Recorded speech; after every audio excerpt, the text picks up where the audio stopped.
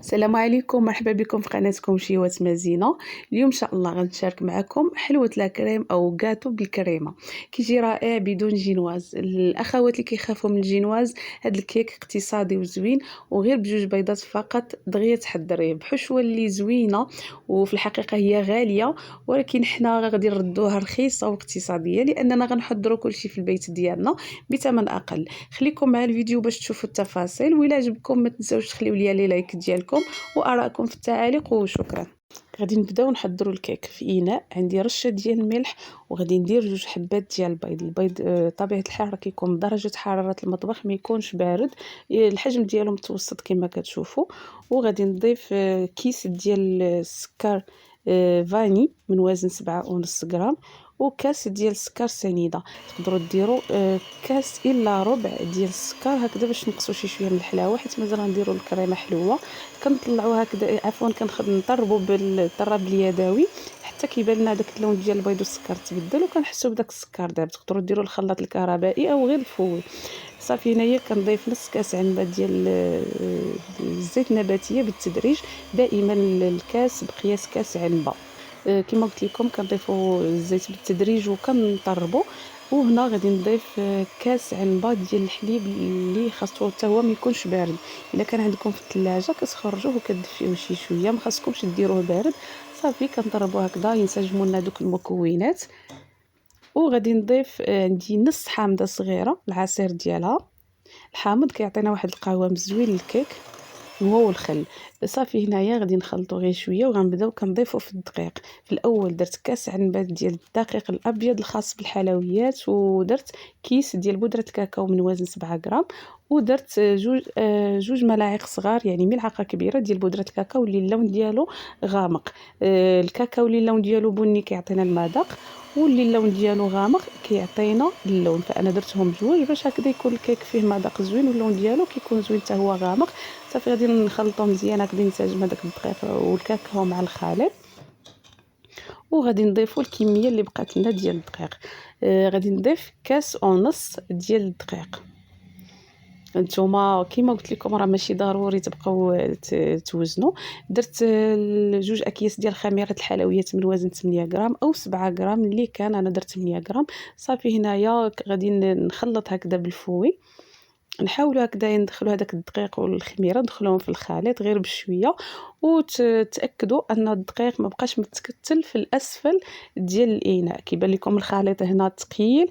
انا غادي نضيف نص كاس عنبه ديال الماء اللي سخون، الماء اللي غليته وكنضيفو هكذا كيجينا الكيك القوام ديالو كيجي خفيف وزوين.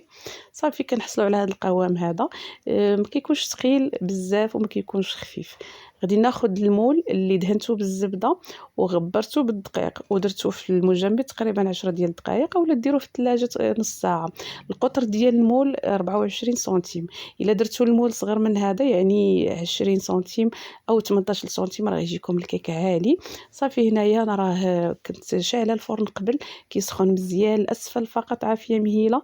دخلت الكيك كنحسبوا ليه، ماشي كنحسبوا حتى كتشموا الريحه ديال الكيك، كانت تقريبا خدا ليا ما بين 45 50 دقيقه. صافي كنخرجوا ما كنحتاجوش هكذا نشعلوا على الفوق حيت هو فيه الكاكاو دغيا كينشف.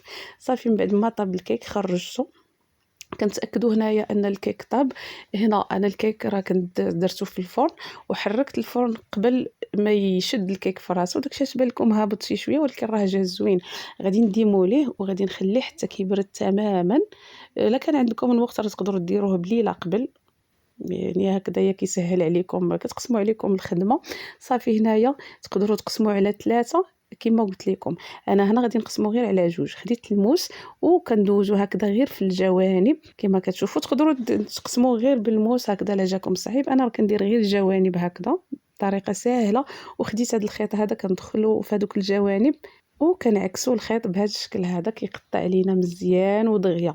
انا كتبان لي الطريقه ديال الخيط عمليه بزاف وسهله حتى للمبتدئات. هنا كما قلت لكم راه تقدروا تقسموا على 3. ما شاء الله راه جا واحد الكيك زوين خفيف وحتى في المذاق ديالو زوين. خديت هذا الورق هذا الذهبي اللي غنقدم فيه حطيته، وغادي ندير الطبقه الاولى ديال الكيك. غادي ندير الاطار. هذا الاطار هذا ماشي ضروري نهائيا، هو راه كيعاون بزاف، كيجي الكاطو ديالنا مقاد ولكن ماشي ضروري. غادي نسقيه، تقدروا تسقيو غير بالحليب بوحدو، او ديروا السيرو في كاس عنبه ديال الماء ونص كاس ديال السكر وشويه ديال الفاني وتخليهم فوق العافيه 7 8 ديال الدقائق. انا خديت هنا حليب سخون وضفت عليه ملعقه صغيره ديال القهوه سريعه الذوبان، هكذا باش ما نزيدش ندخل حلاوه للكيك. صافي كنسقيه مزيان وغادي ندوز نحضر الكريمه. درت 2 علب ديال الكريم شونتيي ونص اطرو ديال الحليب. هذيك الكريمه والحليب راه كانوا في المجمد حتى كيبردوا مزيان الاناء، حتى هو دخلوه المجمد يعني يبرد مجمد او الثلاجه. صافي هنا اهم حاجه المكونات يكونوا باردين مزيان، وكنبداو نطلعوا في الكريمه حتى كتبان لنا شدات شويه في راسها كما كتشوفوا. وغادي نضيف واحد العلبه ديال دانيت اللي دانيت بالشكلاط، تقدروا تضيفوا 2 علب. هنا تقدروا تزيدوا تضيفوا حتى الشكلاط ديال الدهن. صافي هنايا كنخلط شي شويه وغادي نضيف 2 اكياس ديال بودره الكاكاو من وزن 7 غرام، هكذا باش تجينا الكريمه فيها المذاق ديال الشكلاط. صافي هنايا غادي ندخلوا هذاك الكاكاو في الكريمه وغادي نطربوه حتى كنحصلوا على القوام اللي بغينا. يعني الكريمه كتبان لكم شدات في راسها. هاد الكريمه هذه راه اقتصاديه سهله، وفي نفس الوقت راه غتكفيكم تزينوا حتى لا درتو 3 ديال الطبقات، راه كتجي كثيره ما شاء الله. صافي ملي كنحصلوا على القوام اللي بغينا كنحبسوا تطرب، وغادي ناخذ الكريمه غادي نديرها في واحد البوش باش نزين بها. قبل عندي هنا الكريمه ديال البيستاش اللي حضرت معكم في الفيديو السابق. هنا كما كتشوفوا راه كانت ثقيله حيت الشكلاط وكان البرد.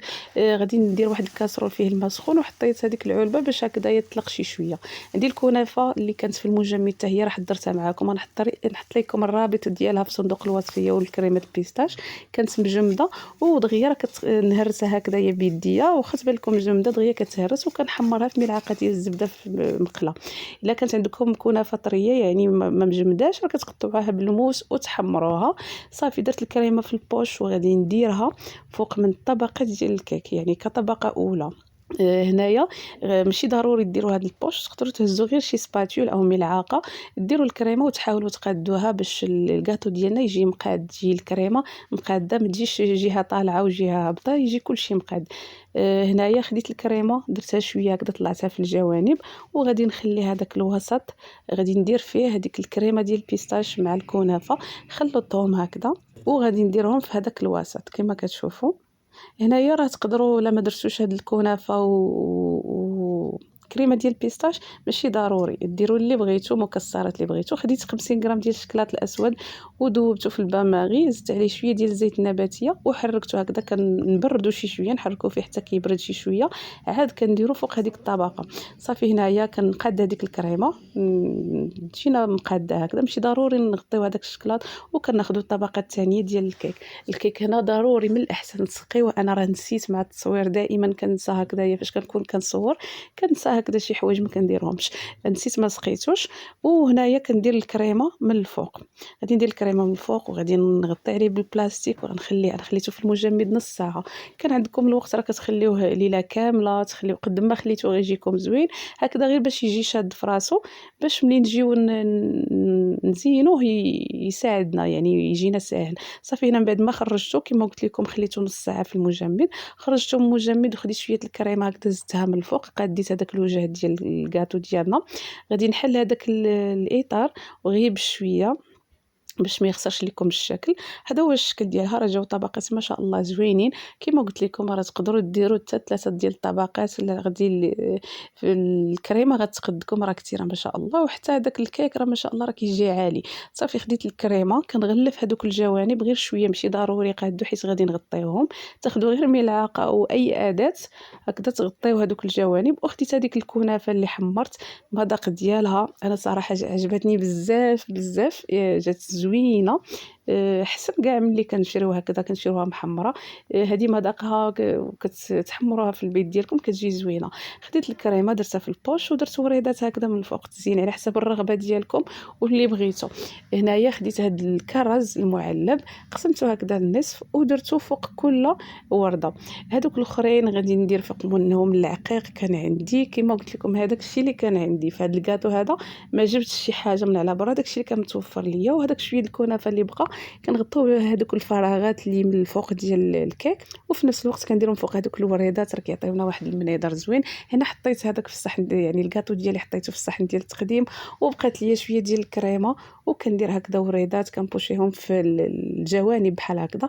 واخر لمسه خديت شويه ديال الكاكاو درتو في هذه الصفايه وكنديرو من الفوق هكذا باش يعني كتزين هكذا، وكيجينا المذاق ديال الكاكاو فوق الكريمه كيجي زوين. صافي كان هذا هو الشكل النهائي ديال الكاطو ديالنا، ما شاء الله جا زوين واقتصادي، راه جا عالي كما كتشوفوا وبحجم عائلي. صافي هنايا غادي نقطع، ضروري نقطع باش تشوفوا من الداخل هذيك الطبقات، هذوك الطبقات كيفاش جاو. شفتوا الطبقه ديال الكريمه ديال البيستاش والكنافه، ما شاء الله جا واحد الكاطو زوين.